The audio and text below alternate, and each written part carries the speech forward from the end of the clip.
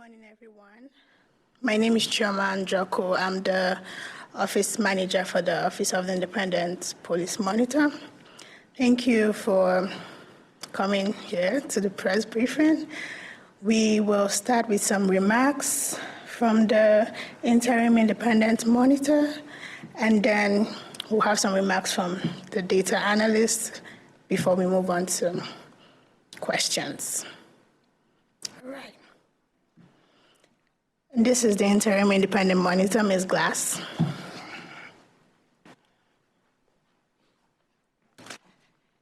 Thank you so much, Chioma. Good morning, everyone. Thank you for being here and taking your morning to sit with us and learn about what this office has been doing. I'm going to talk about what the office has been doing in the last year and within the last 3.5 months that I have been the interim independent police monitor. My name is Arameek Glass. Many of you know me by Mika. And before I dive into what has been happening in our office, I want to acknowledge and start off by answering the question of AI. Yes, it was used to check and edit and to create the cover page. I really, truly take accountability for the ignorance of not really, truly understanding how much the skyline means to this community. I put the Capitol building on the water, and that was not reflective of the skyline that represents Madison, and I heard from community and wanted to acknowledge that. I come from cities that have and do embrace and use IA, and had no clue that it was a negative thing here in Madison. And so anytime I have to take accountability, I always will, and I wanted to do that this morning in that. I also recognize that when a report documents racial disparities, names structural conflicts, asks difficult questions, asks for accountability from not only the police, but the ecosystem that supports and upholds police misconduct, there are going to be people that try to discredit the messenger instead of focusing on the message, instead of being focused on the real questions. The real question is disorderly conduct being used as a pretext charge? Is disorderly conduct being used as a catch-all? Are there racial biases and decisions being made by MPD and traffic stops? Are there racial disparities in policing outcomes in Madison? Are they among the most extreme in the nation? Those are the hard questions. Those are the real questions.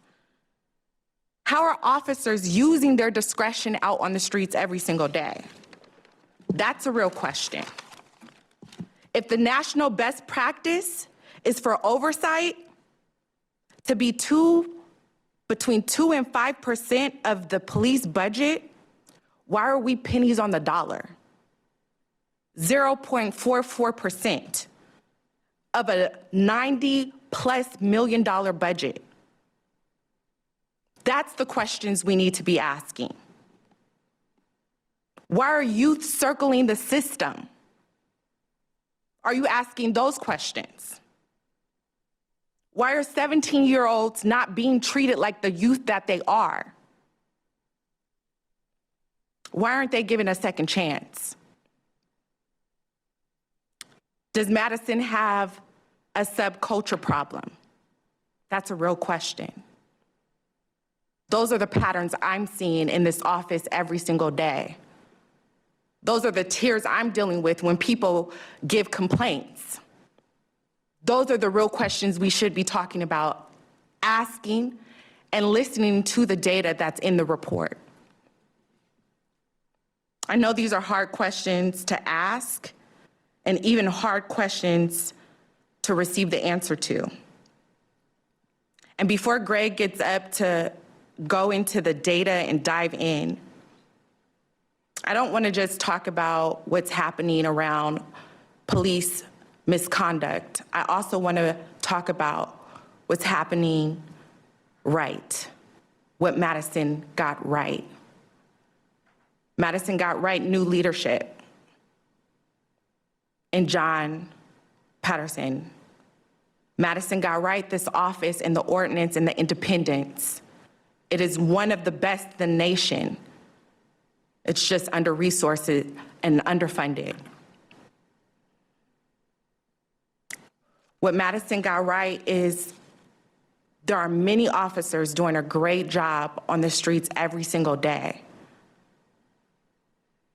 who don't seek to harm people, but truly are in this work to protect and serve. Those are the officers that we need to seek more of. Madison got right, MPD got right, hiring more women officers to the police department, putting nursing rooms, care rooms in for those women as well. In the 3.5 months that I've been here, we are receiving 1 to 2 cases a month. When I came on board, we had a backlog of 18 cases. None had ever been closed out. In the history of the office, in late January, we closed out our first case. And now we're at 8 cases closed. We're maintaining the backlog, reviewing. We also have independent investigations happening. We rely on the information from IA and MPD to be able to do the work we do when we're reviewing their cases. And any time that is delayed, it impacts our work. Our mandate is to oversee MPD.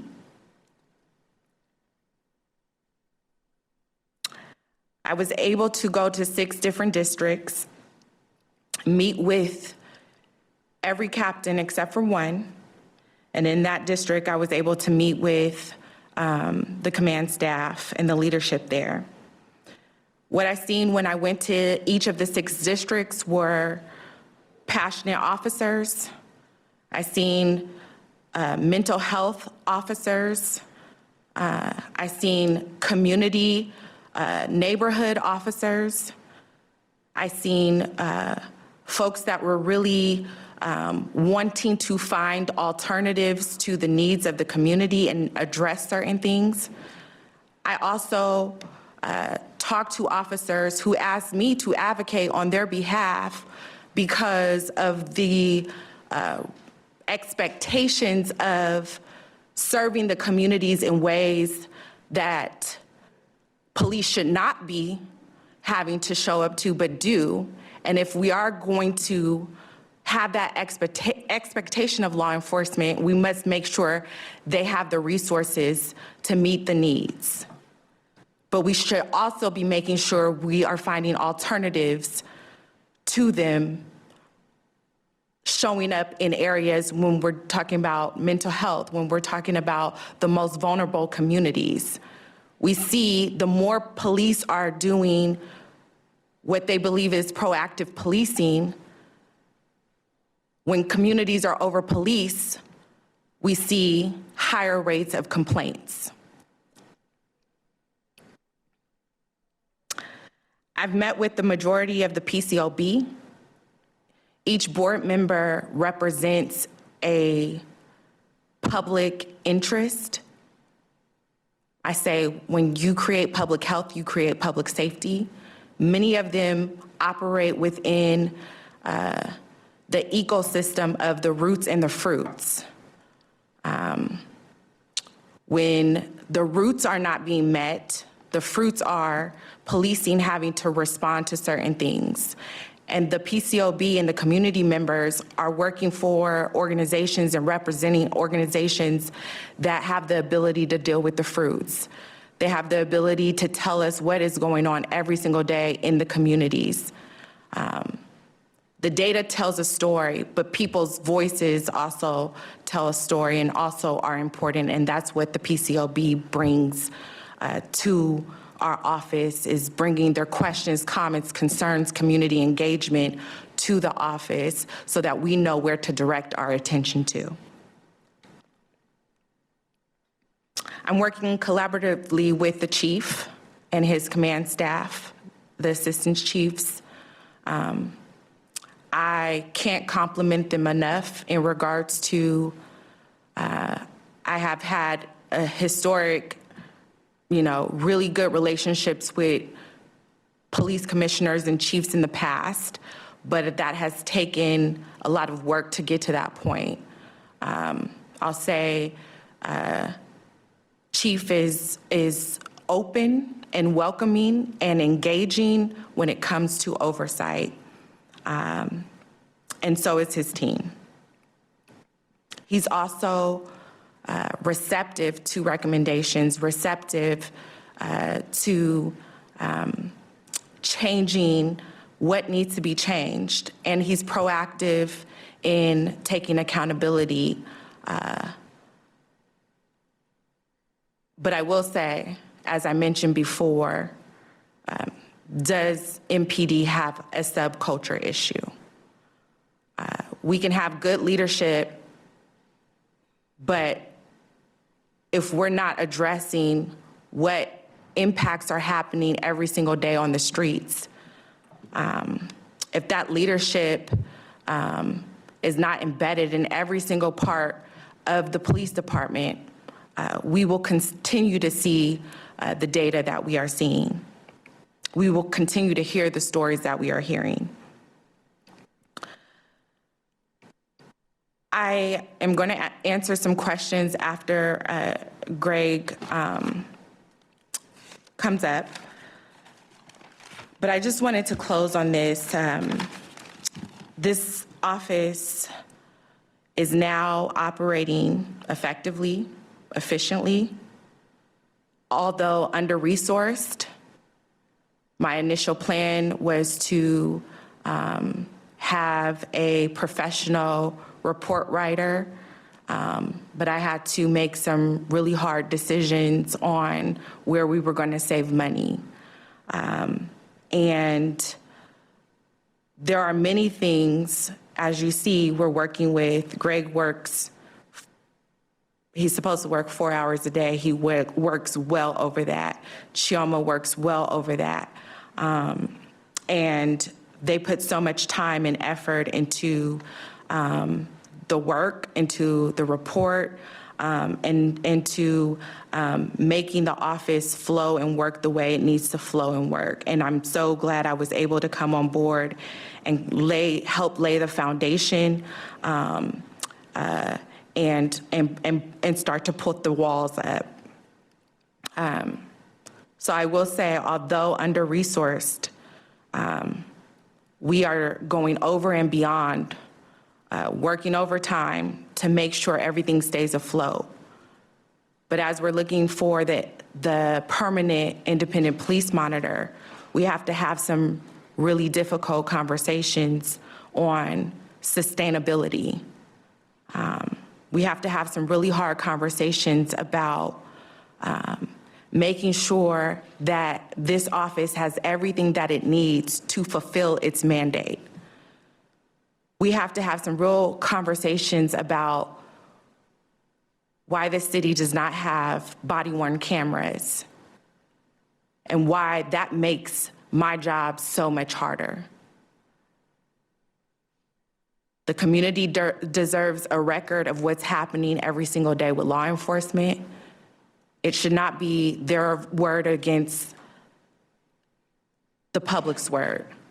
We should have a record, and we should have the BWC that is long overdue. As I said in the report, Madison got the creation of this office right. Will Madison answer the call to action for what real independent civilian oversight truly needs? Will MPD answer the call on the changes that need to be made? Thank you. Craig. And I'm not sure whether I'll deliver comments from the podium or here. The mic is up there. See if this stretches adequately.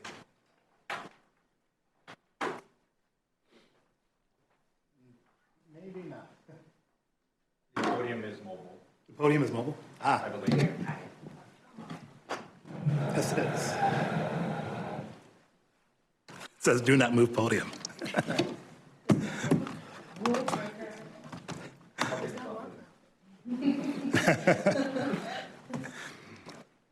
Okay.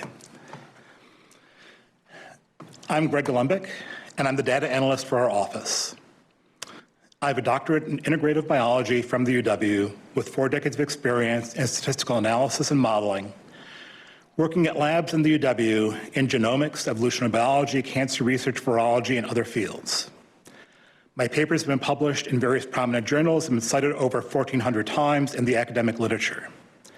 I mention this all because my expertise is often not acknowledged in local commentary or media. My background is sometimes mischaracterized, in part, I believe, out of discomfort with what some of the policing data is showing. I now apply my skill set to police oversight as a data scientist and forensic analyst. One important point, data investigations and complaint investigations inform each other. As complaint cases are dealt with, patterns become clear, and analysis of patterns can aid in investigations. One theme in the 2017 OIR report reviewing NPD was, quote, "Are we who we say we are?"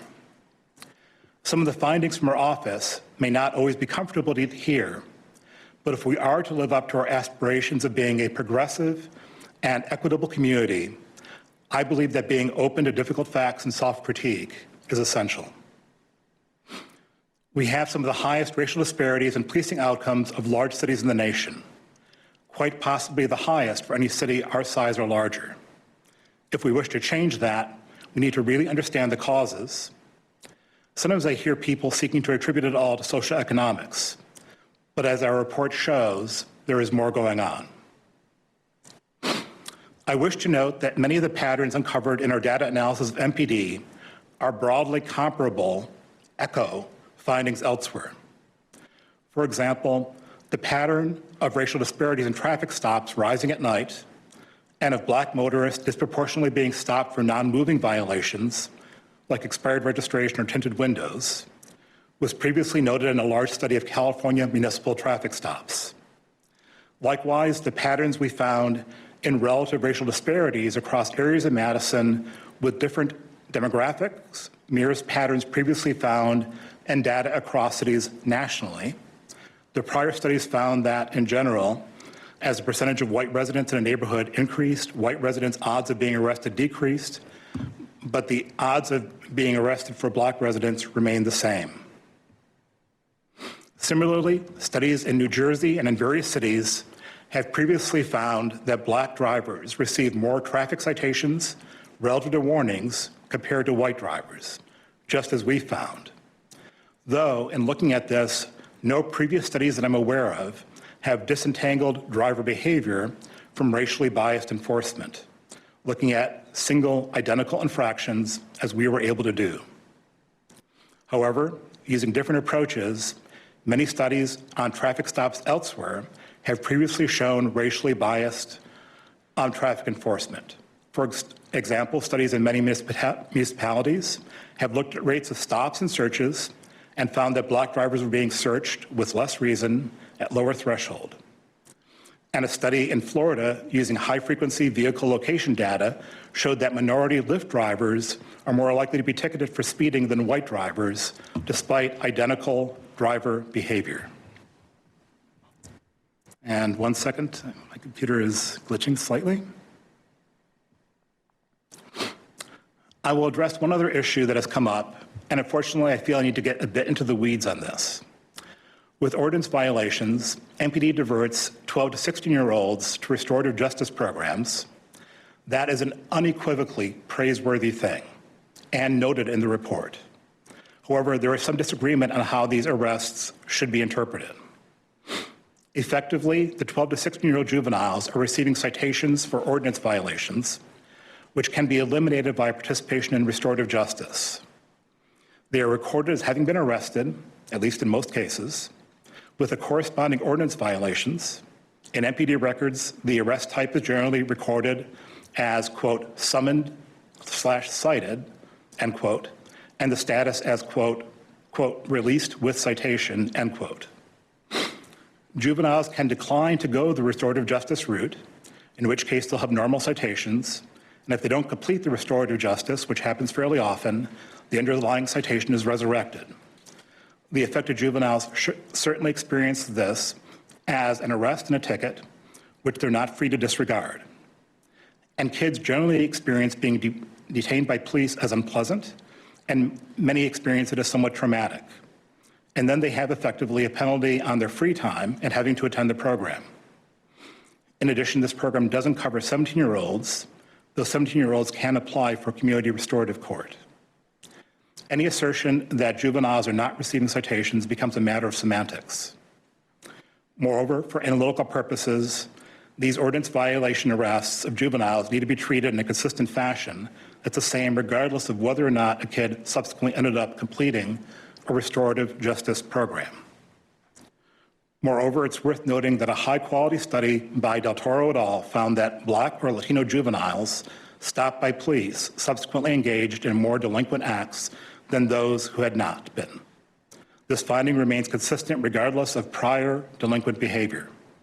Further, the analysis found that one contributing factor is the psychological stress that results from interacting with police.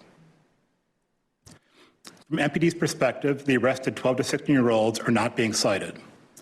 MPD has a special referral form for officers to fill out, and the system really tries to push 12 to 16-year-olds into engaging with the restorative justice program. So the argument is made that these kids aren't being cited. Though I can fully respect that perspective, I don't agree with it for the reasons outlined earlier.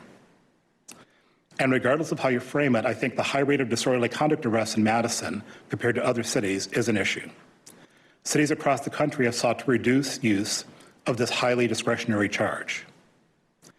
I will add that I think MPD and our office are basically aligned in seeking to address gaps and provide beneficial outcomes. And I appreciate Chief Patterson's leadership of our police department. At this point, we're open to your questions. Thank you.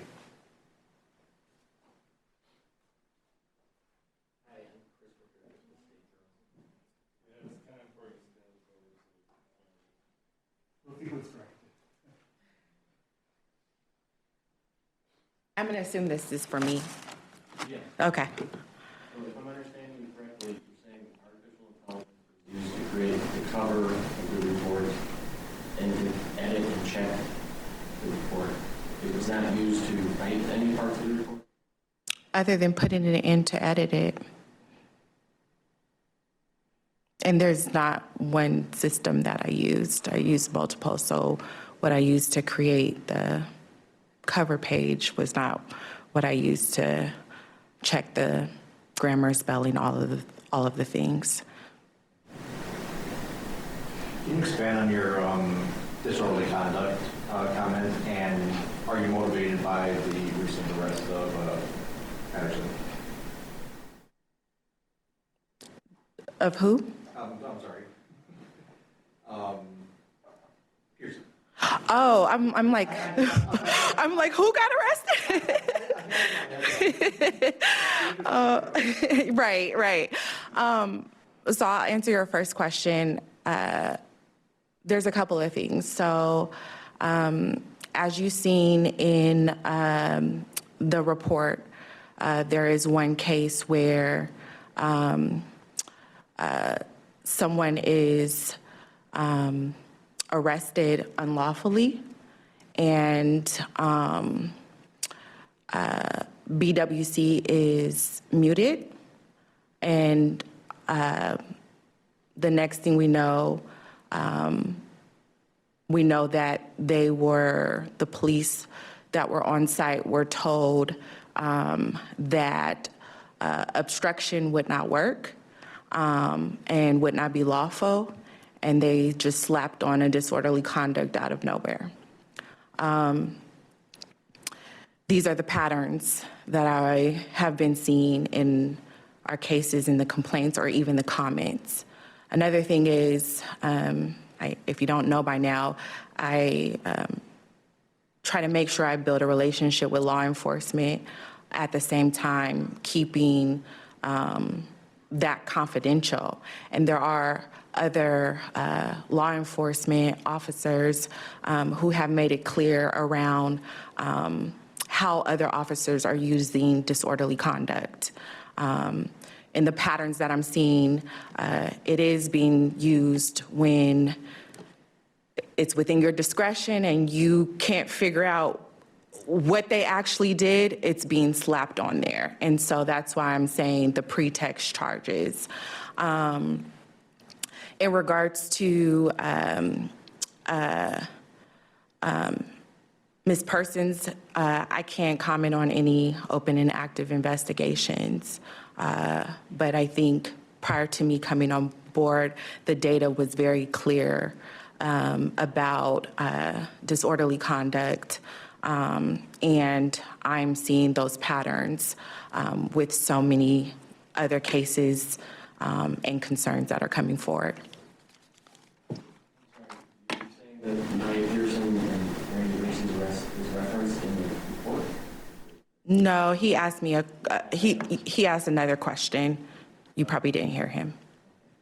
On that investigation during that arrest of Pearson and Mary Mason, can you say what launched the investigation? Did you take it up yourself as deciding to do it, or was there a complaint that you received that led you to do the investigation? I can't comment on any open and active investigation, and I look forward to the time where we are posting our closed case summaries online. So that one would be posted publicly when you're done with that investigation? That is our practice moving forward, to have either, as I emailed you, a public comment or a closed case summary, but that is going to be our practice moving forward. We just have to get all of the logistics. We're still, although it's 5 years in, or 6 years, we're still a baby office, so. The issue of body-worn cameras has come up multiple times to the Madison City Council, struck down multiple times, and came out against from prominent organizations such as Freedom Inc. Is this a shift in policy, or is this your personal request to have the body-worn cameras? Mm-hmm. It's multiple things, right? I have not worked in an agency where we did not have BWC, right? And so over a decade ago, when the police unions and the police associations were fighting against BWC, I was on the front lines with folks fighting for it, right? I understand that Madison is a unique place. I understand why there was hesitation from community organizations, and I agree that we have to make sure that any tool that's utilized does not harm the most vulnerable communities. So I stand wholeheartedly with the community on that. But I think in talking to folks, many people want the BWC, they just want it the right way. And so that's the priority, is to make sure that our office is working with MPD, with Chief, to make sure the policies that are needed are there. Have you gotten any sense from the Madison City Council that they will approve body-worn cameras? I'm still meeting with everyone, and what I can say is, and this is just me just being honest, I haven't gotten pushback on the BWC themselves. It's all about the budget, I hear. I'm new here, but it's all about the budget. But I say it's all about values. It's all about priorities. It's all about making sure the public have what they need, and our office have the tools and the resources that we need. We're doing everything manually right now. We're having to have equipment to try to hear sounds and do all of the things that BWC would speak to.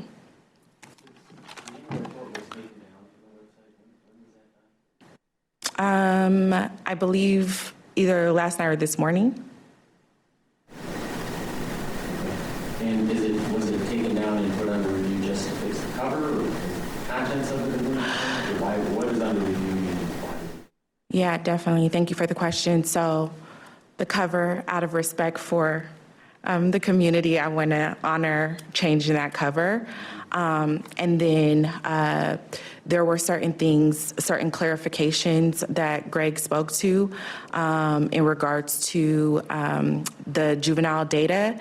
And I want to, anywhere where me and Chief don't need to be in disagreement, I want to make sure that I can add those things. So one of the things that I want to add is recidivism rates. I also want to add,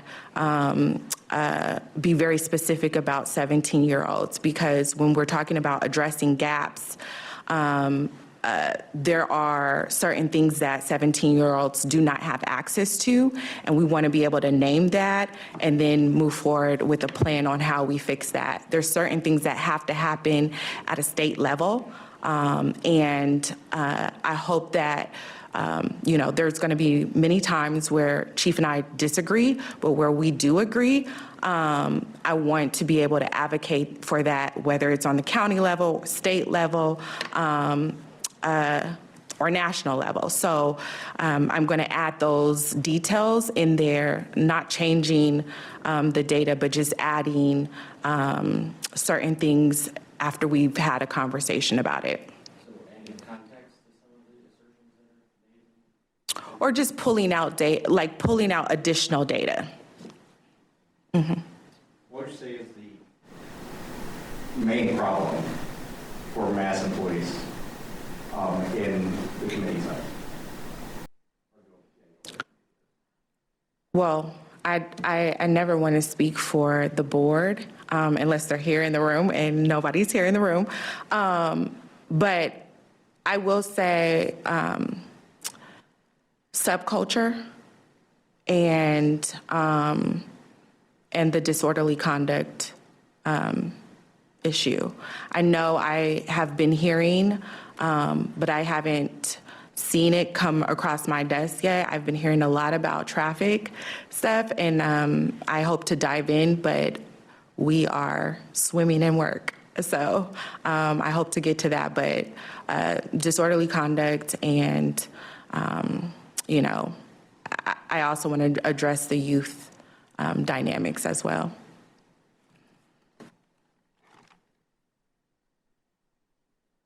Thank you.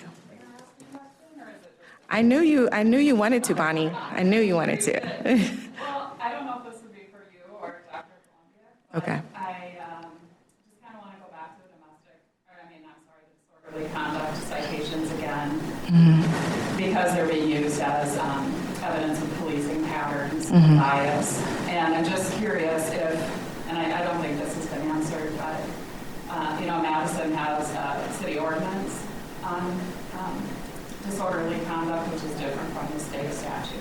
And I'm just curious in the statistics and the data collection and all that, and the report itself, if it includes some of the metrics Is that looking at those, ordinance violations as, are they just all lumped together? Yeah, and I'll answer the first part and then I'll let Greg speak to this. So one of the things that I wanted to dive into, I've only been here 3.5 months, but me and Greg had this discussion, was diving into the DC disorderly conduct. The thing with that is we would have to go into each case because it's used discretion, so we have to, there's no like one specific identifier. And I'll let you add to that. But yes, it's on the radar to do that, and the alders have asked as well. Yeah, they've actually both been looked at. For a lot of our analysis, we're including both citations as well as the criminal charges, but they've also been looked at separately. And some of that is, noted in the report. Like, for example, with juveniles, with arrests for disorderly conduct, the racial disparities are actually much larger for the citation than for the criminal charge. There still is a large racial disparity for the criminal charge, but it's actually substantially larger for the citation. Okay, just a quick follow-up on that then. I think MPD, how I understand it, uses those citations as kind of a diversionary way of keeping people out of the criminal justice system, where another charge could have been applied that's been kind of brought down to the level of a citation. And then, obviously the minors are not given citations.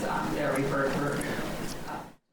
Actually, the vast majority of disorderly conduct citations or charges, the vast majority are to adults.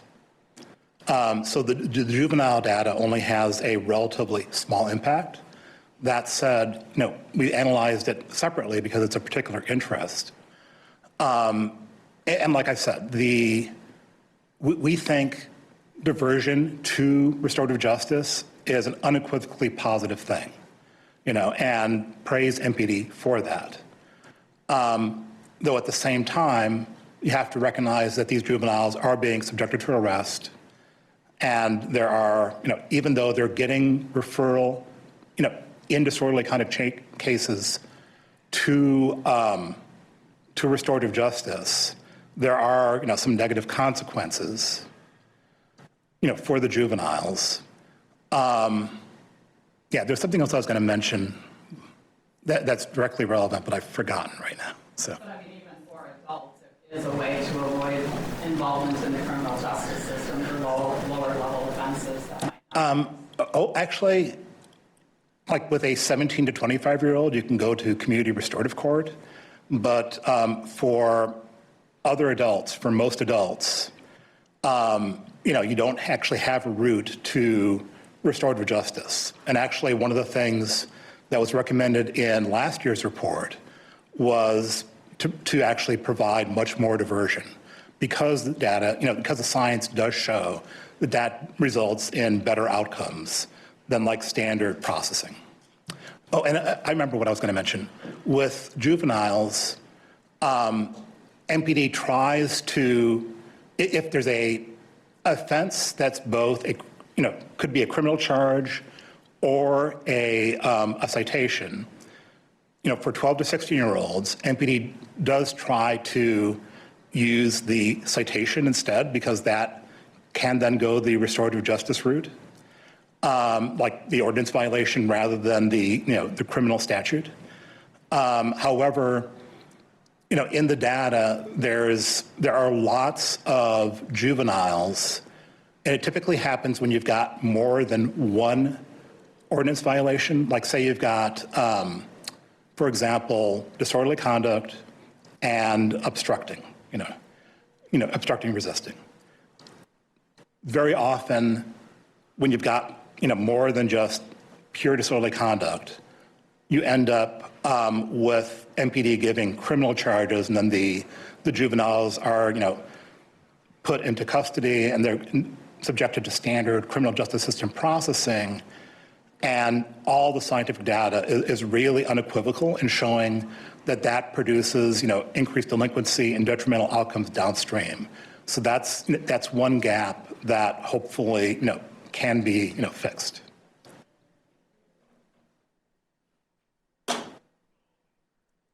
I hope that answers your questions. Well, I mean, maybe we can set up time to talk later. Yeah. I think the police department has a very different view of this than you do. No, I addressed that in my initial statement. Like, from the police department perspective, with the 12 to 16-year-olds, because the officers are filling out these referral forms, the department would argue that these aren't citations. But in my initial statement, I gave, the counter argument for why analytically they should be viewed as such. But even beyond juveniles, it is a diversionary method to use the city's GMO versus the state statute on domestic or disorderly conduct. So, okay, thank you.